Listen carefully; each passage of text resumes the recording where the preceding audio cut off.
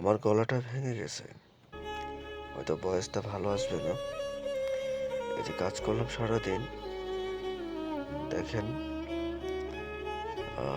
মেনসার সেটা কাটতেছি আমরা, কাটার পর এটা উঠাবো, এরপর কাজ কাজ কাজ স্টার্ট করবো আর কি। 2 ঘন্টা বসেছিলাম গাড়ির জন্য, নো এন্ট্রির কারণে গাড়ি আসতে পারেনি। এখন স্টেশনে বলতে আছে মহাদ্দেশকে, ইঞ্জিনিয়ারকে, যেটা লাজিম কাটতে হবে।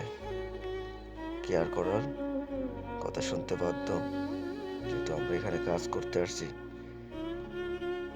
পুরোটা কাটতে হইতেছে আমাদেরকে।